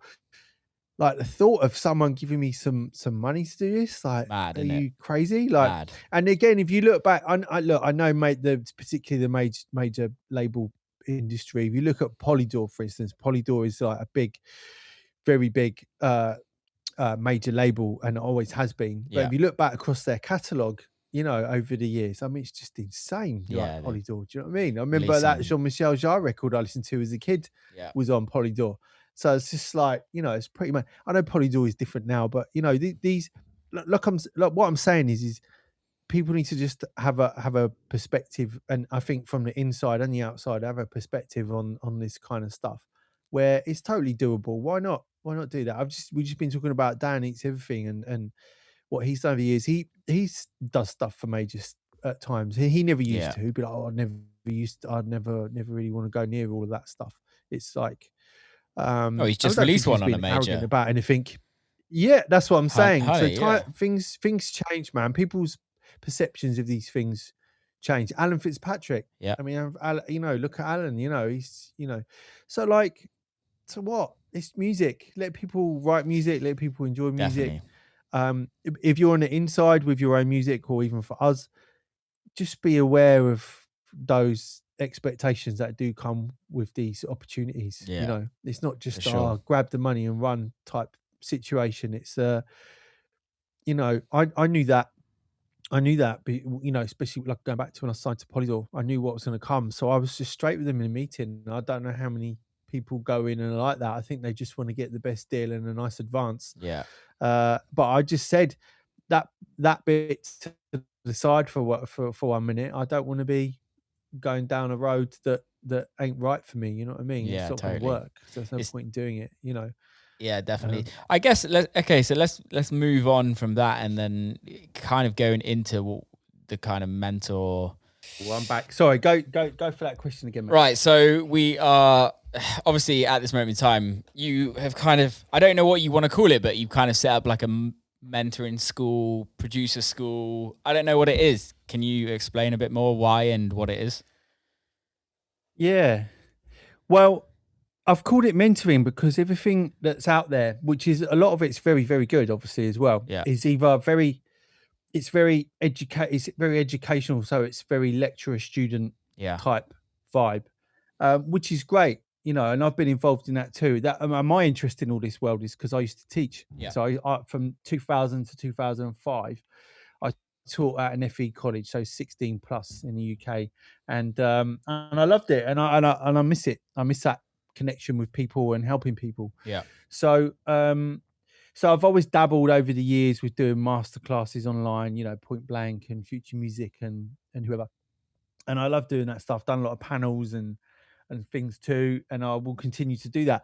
But the idea of it being mentoring, which is more helping people that their music is at a decent quality, or it's sort of intermediate to advanced kind of level, and they need that help to get it presentable for labels, and also to start making a plan. Because if you sit there and you can make one track, brilliant, good on you. But like, what's the rest of the plan? Yeah. Because that's a massive achievement to finish a record that's good enough. It's a massive achievement to turn someone's head to get it picked up. But what's the rest of the plan? Because the label's not going to help you. They're just going to take one off track or a couple of tracks from you and put it out. And also, you're not going to be. It's very likely you're not going to be at the stage where you're going to have a manager interested in you because you've put one record out. Let's be straight. Look at the amount of music that's out there. Anyway, so that's the idea of this. It isn't just sitting down and saying, "Oh, this is how you EQ your hi-hats." I mean, if you want to, pay for a session and we do that, and that's what you want, we'll do that all day long. But I've actually, out of everyone that's been on board doing these sessions, it's probably been about 20% technical stuff Yeah. and 80% planning, talking about the industry, Yeah. all those kind of things. So for me, mentoring is a much more appropriate word rather than sort of teacher student Yeah. situation. And there's a lot, again, like I said, there's a lot of that stuff out there that's very, very good. And I don't want to be one, I don't want to not do that stuff as well if an opportunity comes with Point Blank again or Yeah. someone like that. And two, I just wanted that separation really. So I don't know what I call. I mean, between me and like my missus, I'll say, "Oh, like I've got a client tonight." I don't, so like, if anyone comes on and books a session, you're a client, you're not a student. But yeah, it's weird. But it's just like I've been thinking of it in more of a professional sense, Yeah. rather than that educational sense. So that's the reason it's kind of hard to put a stamp on it otherwise, because I'm not a manager. I don't want to be a manager. Yeah. I just want to help people, and I want to help them with some of the stuff we talked about today as well, but on a more personal level with their actual ambitions and what they've got to work with. I think it's So amazing, yeah, man. so I think I think it's something that is definitely needed. I think as depending on the type of person you are, it's in the industry. I can only speak for myself, but I like to kind of help people and kind of talk through people. I literally there's a guy called Tommy Farrow at this moment in time who's released an amazing record, and it's like we've been speaking for the last like 4 or 5 months, and it's nice for like he just like hit me up and be like, what happens in this situation, and what happens in this situation, or this has happened to me, or what do you think about this? And I think it's so nice to be able to give back, but also there's nothing else out there. There's no one else telling you that you need to do this, or you should do this, or don't do this. Don't rush into getting a management. Don't rush into that. Or even don't just do this yet. Yeah. It's really totally interesting. 100%, man. And I think what people don't always realize is that we've all been there as well. It's those early days. You might have all the technical skills in the world and make the next hit on. You might have that on your hands, but actually, like we've just been talking about, you don't always have all those things in place. You shouldn't have all those other things in place. No. But if somebody can help you, this isn't about sitting here and saying, "Oh, don't sign to that label because that's not the best look for you." It's not about all that stuff that you kind of hear a lot. It's about literally being real about where you're actually at. Do you know what? Some people aren't ready. I've had some people come on that think that they're they made a record and they're ready to go, and it's just like, well, hang on a minute, let's talk about, like I said earlier, the bigger plan, the bigger picture here. Let's have some goals, as in achievable goals, because it'll only feel shit if you don't. It's like anything in life. So it's just about helping people manage that stuff a little bit, because but not in the sense of a manager, because a manager is out there taking a percentage, and it's all about, it's a different type of working relationship with a manager. So is that, but I actually so the bigger story with me setting this up is that like I kind of mentioned earlier, is that I've had sort of trouble with anxiety over the years, and I can't tour hard like I used to anymore. I find that world different now to me. It's not that I don't want to play. I definitely want to play. I want to see everyone, and I want to play to everyone. I want all that stuff. But I just found with a few difficulties in my life with that kind of stuff. And, I've been working on it. I've been working on it a long time. It's a work in progress. There's times where I couldn't care less, and you'll see me out and about everywhere. There's other times where it's a bit tricky and I'm a bit like reluctant to do, especially the real long haul kind of touring. And also I'm 43 now. And for me personally, I don't want to be heading into my 50s expecting my agent to fill my diary. If that's happening, brilliant. Do you know what I mean? I'm all up for that. But I didn't want that. Again, me putting that expectation onto the whole thing at that kind of time of my life. Also, I've got a little girl now. Life's a little bit different, and I don't want to be that person that is constantly away, because I remember, and again, what an amazing position to have been in, but being away all summer and coming home for like 2-3 days at a time to swap and living out of a suitcase in my own house. It's like, this is crap. I'm not that guy. Like I wish I was that part of all of this. I'm just, I'm the nerdy guy in the studio, and unfortunately you haven't been able to monetize that in the ways that you used to be able to anymore. No. But anyway, so I always had my eye on this business where I can help people, basically, and that grew last year into a bit more of an idea off the conversation with a good friend of mine. And I just literally went away after that conversation with him that I wasn't expecting to have, and set it all up. I had the name already because I had an Instagram account called One for the Nerds, which was just all my studio shit that sometimes I post it on my main feed, and I'm very aware that 80% of my followers haven't got a clue what like some of this equipment is or does, and they don't really care. So like I thought I'd do One for the Nerds as a separate account, which was all about all the bought these new cables today and all the shit we love. So but then that was it for me. It was just natural because a couple of people said, "What is One for the Nerds?" Like, it's such a good name, and like blah, blah, blah. I was just like, wow, that's obviously the name for it then. Let's just go for it. So December I advertised it. January I started doing it. And then of course we went into this pandemic. And I'm like, wow, this is like, talk about timing. This is either a good or a bad thing. Yeah. I don't know. So I haven't really overhammered it with the kind of throwing it at everybody. We probably will now as it is, because basically as we went into the pandemic, I saw some other friends of mine sort of starting to look at similar ideas, and I said to them, look, why don't we do this together? You come onto my platform. I've already got everything set up. I'm paying for all the background stuff, the website and all the scheduling software, and like, why don't you just come and do it? We can see how it goes and see where we're at in 6 months time, and then review the whole thing, and also they can dip in and out of it. So obviously we've got like Spy Carlos, who's like, he's probably number 2 to Andy C in the drum and bass world. Unbelievable And producer. he's an immense producer, and he's a bit of a tour monster as well. He'll just go and whatever. But I said to him, if there's times where you want to dip in for 2-3 months, you just set your own schedule, and then you say, well, I'm off on tour. Hopefully we'll all be back off on tour. But anyway, in 2021, when he's a bit nice and busy again, he can just say, well, from May to September, I'm out of the game, but I'll be back with some sessions in whenever. You control it how you want. So so we got Spy, Huxley. Again, Hux is an old mate of mine. Talked with him a lot, and he put a post out saying, he wanted to help people out too. He's always done a bit of that stuff too, and people love his music. Do you know what I mean? And it's in a similar world to me, but he's done a lot of very different stuff and connected with different people to what I have. So it's a nice kind of contrast to have. And then obviously Dave Robertson, who's Reset Robot, who is an immense producer himself and worked with countless people behind the scenes too.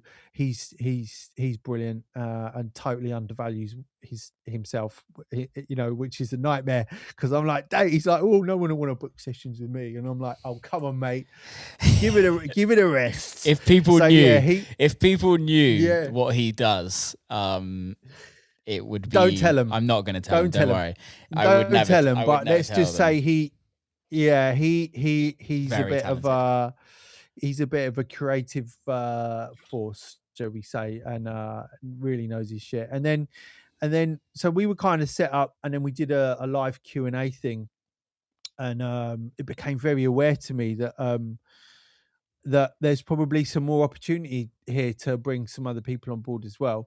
So, and Cynthi's someone, or Cinti, there's no H, the H is silent apparently. So Cinti is obviously a bit of a force of nature herself, and very inspiring woman as far as what she does with her record shop, her labels, and her music. She's really, really inspiring person for everybody. And so I just thought I'm just going to throw it out there to her and see what she says, because we're obviously all on lockdown. We don't know what's going to happen. Blah blah blah. So yeah, she was straight away was like, yeah, I'm in. That's I'm dope. all over this, because she's as nerdy as you and I, and with the studio stuff. And yeah, so man, what a team. It's a bit like the Avengers, like sort of coming together to help people out, and but it is a professional thing. It's a bit like, if you look at it, like, I mean, I've had help with, like I was saying, with my anxiety and stuff that I've suffered with over the years on and off. And you know, if you book a session with someone who's going to help you, it's a professional thing. It's a service, Yeah, at the end of the day. So as much as I think I'd love to do this all for free, we all, it needs to of be, course. it needs to be a business really for it to really thrive and to give people the best. And the more successful it is, the more accessible we can be for people as it grows. No, That's the plan. I think, dude, Um, honestly, I think it's a great idea, and I think it's something that actually you can't learn at when you go to university. You can't learn. No, you can't learn this anyway apart from making mistakes yourself and learning it as yeah, you go yeah, along, which you and yeah. I have definitely learned and Well, gone through mistakes.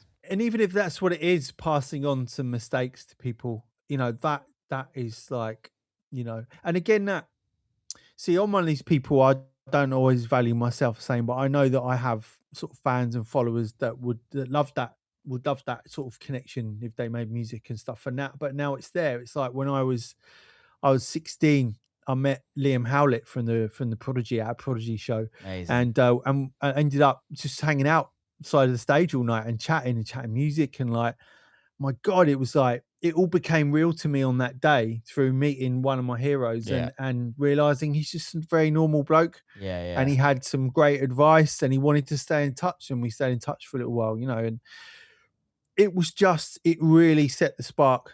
The spark was already there with the music anyway, but having that connection with someone who was really doing it, yeah. um, and was just incredible. So I'm hoping that's that's what really helps people, is if I'm allowed to big myself up in Yeah, that way, definitely, is man. that they can have if they like what I do and they make music and they want that connection with me where I can help them one to one like this, then that's what I want to do, and I want them to go and be great too. Do you know what I mean? And Well, what they do, yeah, because for me, this is one of the reasons why I started the podcast, because Yeah, everyone, like our followers, our fans, whatever you want to call them, uh, they see us in a club or they listen to our music and they see a very quick like observation yeah, of who we are as a personality, whether that's on social media, yeah, whether that's an Instagram post, whether that's a tweet or whatever. No one really knows who we are, if that makes sense. yeah, And yeah, for yeah, me, with the podcast, is that I just wanted to have like, when was the, I know we occasionally speak on the phone, but when was the last time that we ever got to sit down together and talk for an hour and a half about anything that we want to talk about? And like, I think yeah, yeah, this is allows people to be like, oh shit, like they are actually human and they all think like we yeah, think. And also, oh, actually yeah, I can relate to that. Oh, let me hit that person up. Let me ask them another question. And or like, actually they spoke to this person. Why they should go and speak to this person. Or and yeah, I yeah, think yeah. it's bringing a human touch to our industry. And with what you guys are doing with Which them, goes missing. yeah, in which I think it's very easy.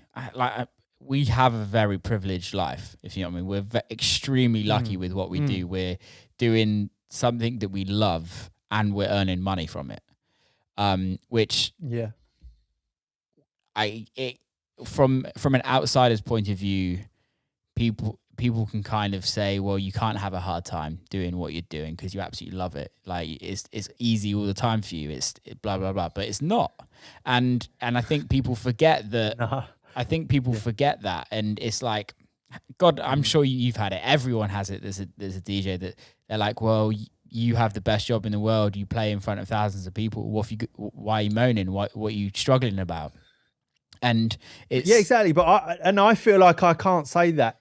Yeah, it's like I'm not allowed to have a problem with anything here. You exactly. know what I mean? But I think that for me, you can, and I think this is the thing, especially at this moment in time. It's like I think this is the time where you're allowed to talk how you feel. It's okay to talk about your feelings. It's okay to talk about what you're struggling with. But I think it just needs to be done in the right way. So, and social media isn't the right way. Having the right. No, it's right. It's about having the right forum for this stuff. Yeah. It's like, you know, let's be honest, right? So let's say 80% of my followers probably love a couple of tunes that I've done over the years. Or maybe, hopefully a lot more than that. Or they've caught me DJing, or they listen to the radio show. Brilliant. But they're not, you know, a lot of people that also come and see you play, they want to buy a ticket and have a great night out with their friends. Totally. And jump around to great music, if they know you or if they don't know you. And then they might follow you on your social media and all this kind of stuff. They don't necessarily, it's not that they don't give a shit, but it's just like, they don't necessarily need to have this personal side of this thrown at them as well. Everyone's got their problems. Everything's relative, you know what I mean? And as well. And I think it's very important not to lose sight of that. But I think now what's happening, and your podcast is part of this too, is that and there's a lot of stuff out there now as well, because it's a lot less sort of taboo the last few years, all this kind of stuff, is that that you have the right platform for it. If people want to dip into that, it's there. Do you know what I mean? Don't throw it at people. Don't have it all in their faces, because ultimately they love music and they want to come around and jump around, be silly to what you're playing, and that's it. This isn't an area of it that they want to indulge in. But I think where this is interesting is for anyone that is having their own sort of struggles, whether they're in music or not, is that it's just a very human thing, no matter who you are, no matter what you're doing. I think a lot of people, I mean, the generation above me, so my dad, you know, for instance, it's a much, you know, very different prospect being able to communicate any of those feelings for that generation. So we're very lucky that we're in this crossover of it, and I hope moving forwards that young people younger than us, I'm still young, can at least have the right forums and the right places to go to be able to at least understand, if not be able to action some stuff to help them out. Do you know what I mean? Understand from people, because you know what, as well, I don't think anyone can ever say that they're fixed from this stuff. It's just having tools and having knowledge, and understanding why you or a friend or someone you know might be going through something. No matter where they're at, what they do, it doesn't matter. You know what I mean?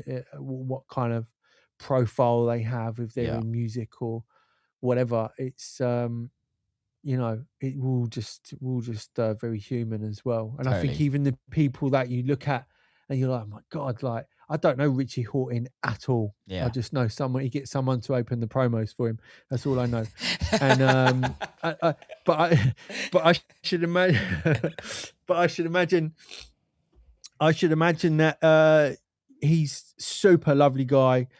I know through his social media, I can see he feels his privileged position that he's in.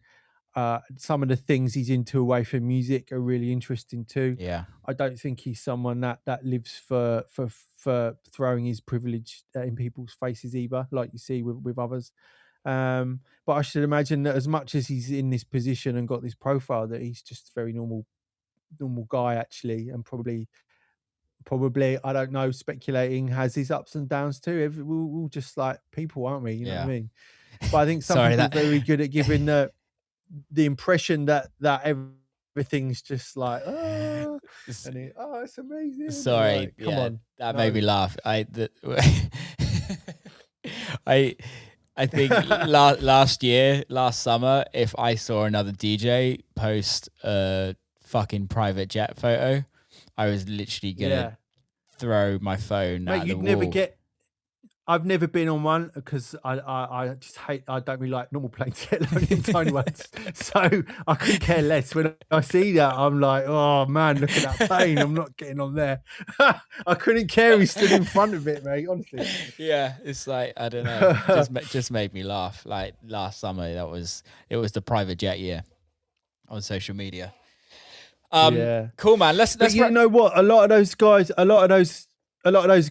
Just lastly, sorry, interrupting. A lot of those guys are just playing the social media game. Of course they are. It's business. It goes back to that they're business playing game. the social media game.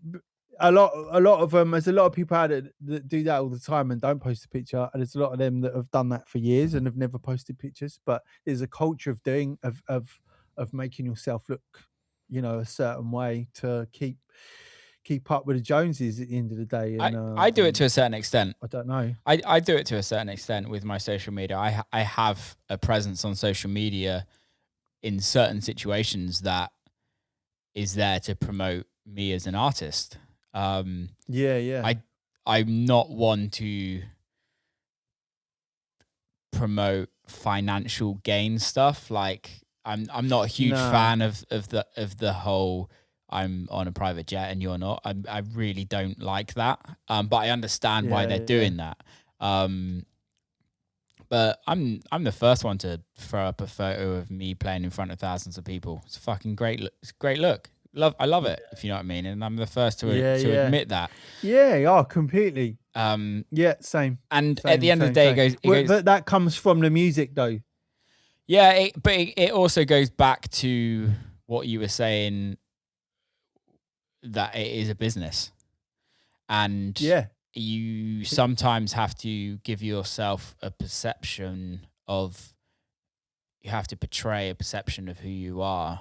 Let's use Salade to start with. They did it from the day one. You just knew that the minute you go to a Salade party, you're gonna have a party because they love to party. If you know what I mean? Yeah. It's just, and that's it's just fun. It's pure fun, and they look fun even if you've never heard of them before. If you look up Salado, they just look fun, and it's just like. I hope I don't look too unfun. I'm just my focus is much more on the music area, and I know them two boys, and their focus is on their music too. Yeah. But their visual perception is it's. I want to call it clever. I don't even think it's that they've sat there and thought we're going to be clever here. I just think it's how it's rolled out for them, and they've done it so well. It's characters. It goes back to that eats everything thing. Goes back to Seth Troxler, like. These people are very talented, but they're also characters. I wouldn't say I'm nowhere near as a character as Seth Troxler is, or Eats, or even Salado. I'm gonna have fun. I'll turn up to the club and I'll play a wicked set and I'll do what I can do. But and we'll have a good time. Yeah. But I'm sorry, I'm not that type of person, and I would never want to try to be that person because it would be so unnatural. Yeah. I think because. It's like people know and promoters know too, and fair play because they're also in business. It isn't just let's put on a rave and hope people turn up. It's a business, and they want to book those acts because the circus comes to town with them. Do you know what I mean? It's just like that's part of the experience, and why not? But yeah, there is that other side to it, which is just like, really, come on. But I think we're going to see. A lot less of that. We're obviously seeing a lot less of that right now because there's not really any of that going on at all. So I think all I'm posting now is after all this. All I'm posting now is pictures of me and the cows on my walks, and that's about it. That's all people are getting. Nothing else. Like it, mate. Yeah. There's a lot of that stuff going on. There's a lot of people disappeared as well, which is good because they're gonna be recharging and looking at things maybe differently, whether they needed to or not. It's always a good thing. And who knows, mate? But I'm very much still in the game. You're very much still in the game, and we'll see what the game is after this because it's going to be different. It's going to be very different. And I don't think anyone knows. I think in the States at the moment, I kind of like that weirdly. Yeah, there's a few things that are opening up. Not knowing where. Go on. Yeah. I don't. I was just gonna say I don't like not knowing where my income is coming from, just on a personal Yeah. tip. I don't like that bit so much, but I do like not quite knowing. I find it quite exciting, the fact that there's change coming. Totally. If I'm part of it or not, I find that quite exciting. Totally. I think it's going to be very interesting to see when clubs start booking people, and I think a lot of it's going to kind of change on the deals and how more. Well, Live Nation came up with it. Live Nation came out with a statement the other day that they're like putting a lot of the responsibility on artists now, and they're dropping the fees, and there's going to be more responsibility for the artists to actually sell tickets beforehand and things. I think there's going to be a lot of situations where there's going to be like door splits with promoters and artists rather than upfront fees and things like that, which I think is healthy. I think that's when you really work out your true value. A bit of a shared responsibility. Yeah, man. And I think that also spills over into the recording side as well. I think there's also got to be a bit of a change too. But I think the way that recordings are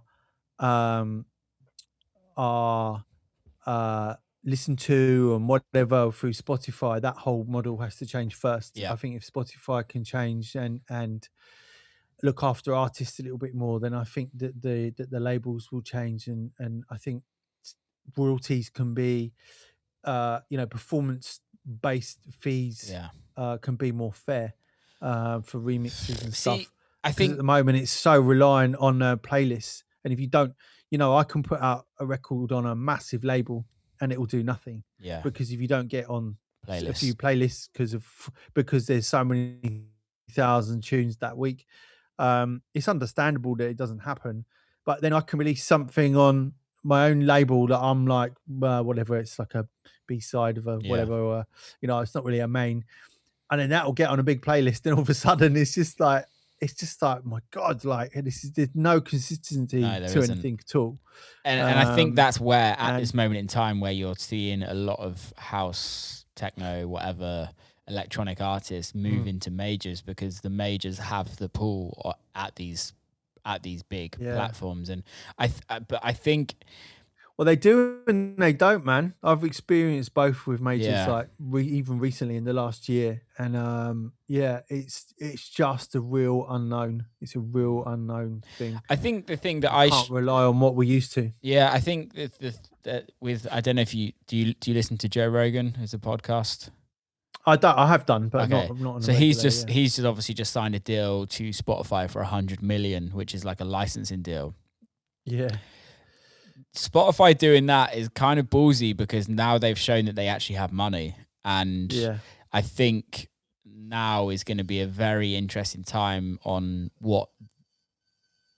how that it kind of turns into financial gain for all artists, because there's obviously there's companies out there that look after very big artists, and they go to Spotify and are like, well, if you want this person's music, you have to pay more per stream, if you know what I mean.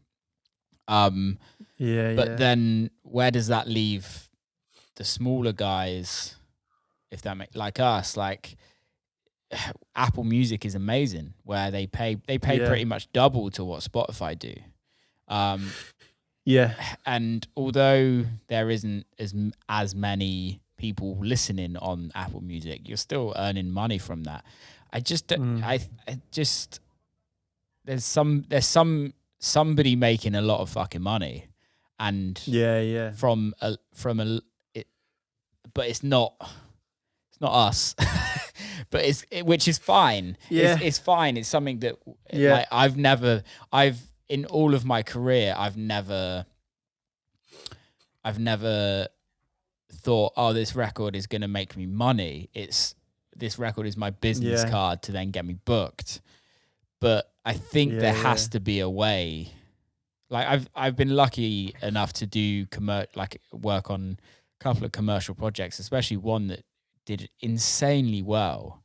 And I think I earned more from that one record than I've done all of my club records or house records put together. But it's also like, well, why isn't there an income in our music? Our whole career is purely based on music. So why isn't that? It's weird. And I don't know if I had a magic wand, I don't know what I would do. Yeah. No, I get it. Well, all I know is that there'll be some cogs turning in the background that we don't know about yet. And hopefully, even if it's not us artists in the future, we'll be able to benefit differently, or benefit more, I should say, than we have. But then I can't sit here saying I haven't benefited from what I do. I have massively, but I just think now, yeah, exactly. But it's highlighted this situation, this pandemic's highlighted a lot of things. I mean, that was always there, the Spotify thing anyway, but particularly now it's got a magnifying glass on it even more. But the last thing I'll say on that is as well, and I say this to people all the time, is like, no one knows you anything, man. Even if you've got a bit of a profile already, Spotify don't owe you a playlist spot. Do you know what I mean? No one owes you that. Just Spotify, the whole blueprint for how that's working, it could be different. It could always be better for artists. It should be more fair. But they still don't owe you a playlist spot. I totally agree. I don't think it's one of those things that's I don't think anyone owes you anything in life. I think there's nothing.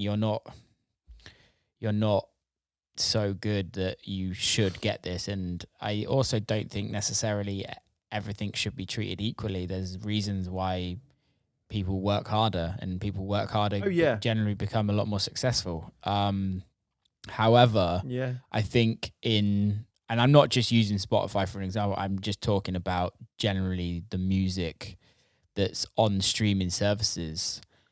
I think there is a respect to the culture that sometimes is lost, because the people that are kind of in it, that are working in these corporate companies, actually have never been to a Shadow Child show, or they've never been to a Drumco party, they've never been to a 150 cap dirty sweaty rave, which is the whole reason why we do this, why this has started. And I think that's when it's not, for me, it's not about why haven't you put my record on the playlist, but why aren't you putting this artist that has over the years has constantly written music for the culture? Why? And it goes back to that. It kind of goes back around in circles with what you were talking at the beginning with Malgrab, with Seinfeld and things like that. That you went to a record shop and you found these artists, if you know what I mean. And I think there is a responsibility that these streaming services have to promote the culture to people that don't know about the culture. Yeah, I'd agree with that. Yeah, it's interesting, man. I think last thing I will say on this, and this is a fact, is that somebody who is a big decision maker at Spotify used to book me for parties as Shadow Child in London, and I've never bothered that person for any coverage.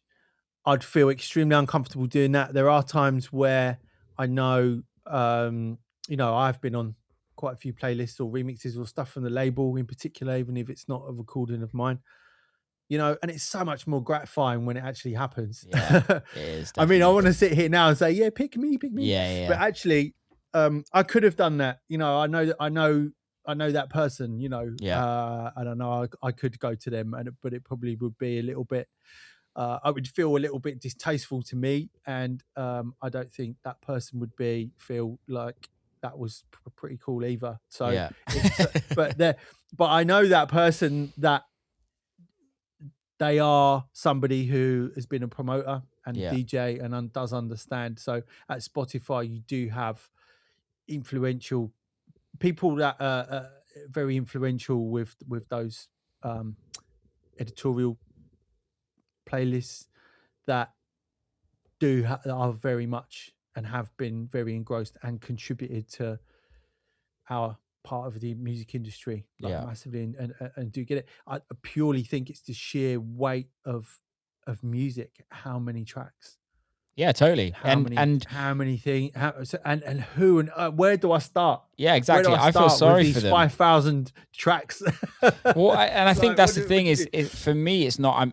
It's for me like I want it better. I don't care about me in this situation. I just want it better for people trying to get through. And I think this is the situation in huge corporations when you have you don't have a team of people, like a big team of people doing one thing. You have one or two people. It's physically impossible for one. It's for one or two people to be listening. It's like it's ungodly, and also they're not just listening. That's not their sole job. They're doing artist liaison. They're doing artist relations. They're speaking to managers. They're speaking to press people. They're doing everything, and you're just like, I feel sorry for them. Because it's not like going to your local record store where the owner of the record store has hand-picked these records. It's not like that. It's just so much out there. Yeah. It's interesting. Well, it is what it is, man. And I just there are obviously people in suits making bigger decisions that are not. I've never been to a rave. Totally, never been to see ours. They probably don't even know who we are, and that's totally fine. Yeah. But there are the others that are there for a reason, and they've been handpicked because of their musical tastes, and experiences, and integrity, and the whole thing. And and big up to them. But I'm not going to be emailing anyone myself. Definitely not. It's been very tempting at times. Definitely not. But I'll be honest, it has been, because not out of desperation, but just like, I know this person. Like, why wouldn't I do that? And I'm like, come on, this ain't really cool. Do you know what I mean? This ain't really cool. Cool, and man. Again, that feeling of it happening anyway is brilliant. But yeah, there we go. Let's wrap this one up a little bit. Is this one or two? You're going to cut this one in two, right? No, this is all two-parter. One. This is all one, baby. Is it? Yeah. Wow. Yeah, I can't. Okay. I think people should just get the whole conversation so they don't have to like. I much prefer straight through. I'll cut the bit where I took a leak and you blew your nose though. What's coming up? Say what with? What's coming up with Shadow Child at this moment in time? What have you got coming out next or planned? It's the All About My Apollo project, which is me leaning back onto that kind of early 90s pre-trance vibe, all the music that came from Belgium, Germany, Holland, that era. It wasn't trance as you think of it now. It was a kind of a different entity, really. So a melodic techno almost. Yeah. And I've been loving putting those tracks together. Some people might say that it's not really a Shadow Child sounding thing, but good. Like, I wanted to make a statement, and I'm also putting out remixes and doing stuff. I'm doing these Shadow Child classic remixes that are a bit more along the lines of what people used to love back then, because you do have to give fans kind of a bit of what they want as well. I do believe that. So, as much as I'm doing this project, which is half self-indulgent, half just going somewhere new, I am still kind of, giving people a little bit what they want too. And obviously there's a new label called Takeout, which is a sister label to Food Music, which is a little bit more of an edgier sound. Food Music is brilliant. I love it, and I'm still going to do it. And I've got a good team people that help us out running the label as well, and it's a great thing. But it's become a project, Food Music, that has slightly more accessible music on it as opposed to real underground music. So Takeout is a much more underground thing. And obviously the one for the nerds, which is anyone out there who is interested in making music and maybe is in a position where their music might be ready or nearly ready, or can't quite get something across the line. and wants to make a bit of a plan for what they're doing. That's kind of why I'm there, and that's me, Cynthia, Spy, Reset Robot, Huxley at the moment, anyway. And then we'll see how that grows by the end of the year. Nice, man. And still doing rinse, man. Love doing rinse every couple of weeks. Yeah. Good old show. I'll do that until I leave this mortal coil, mate. I love doing that whilst they'll have me. Yeah. But yeah. Amazing. Yeah. And what about you, mate? Let's ask you. What's Will doing? Just writing. Other than a great podcast. Yeah, writing music and recording podcasts at the moment. Yeah, just kind of seeing how this pans out, really. Yeah. Just seeing how it all pans out. But yeah, like I'm actually really enjoying it, man. I'm really enjoying this kind of lockdown. Yeah. It's just about. Me too. And there's a lot of change in the world. That's we can't, not highlight that. I think it's a time to kind of put a different mindset, Totally. wherever you stand on this stuff. I know where I stand. I know you stand in the same place like many others, but there's a lot of responsibility still with all sorts of things out there. And totally. I'm not losing sight of that too. I'm not glad that the world's still like that, but I'm glad that it's happened at a time where we're on lockdown and we can reflect and really adjust some stuff in life for the greater good, really. So, I think life's about growing and changing. And some people do that slower and faster than others. And I think now is the time that majority of people can all kind of be at like, yeah, we're all in this together now. We can all do something. We can all make a change somehow in your own little way, in your own circle, in your own life. We can all do something. We can, whether that's just talking to your grandma or your mum or your dad or your brother, your sister, your mates, or whether that's you making music that's going to change the world, whether that's you talking about your thoughts and feelings on social media, on a podcast, whatever that is, everyone is going to do their own and have their own little way to kind of make a change and make sure that generations below learn from everyone's mistakes. Yeah, for sure. Massively. Yeah. Dude, absolutely, mate. Yeah. Amazing way to end. Thank you so much for coming on, mate. Yes. It's been amazing. Thank you. Keep in touch. Thank you, man. Thanks for asking. And no worries, of course. Yeah. And you're going to come to my house and cook one day, okay? Yeah, 100%. Big love, mate. Thank you very much. And you. Cheers, dude. Take care, mate. So that is a wrap on this week's episode. Big ups to everybody that's listened. I hope you all enjoyed it as much as I did. If you did, I would absolutely love you to hit the review or whatever. Just share it with your mates and tell everyone about it if you do like it. Yeah, thank you so much. It means the world that you are all listening to this. Keep safe, and I'll see you next time.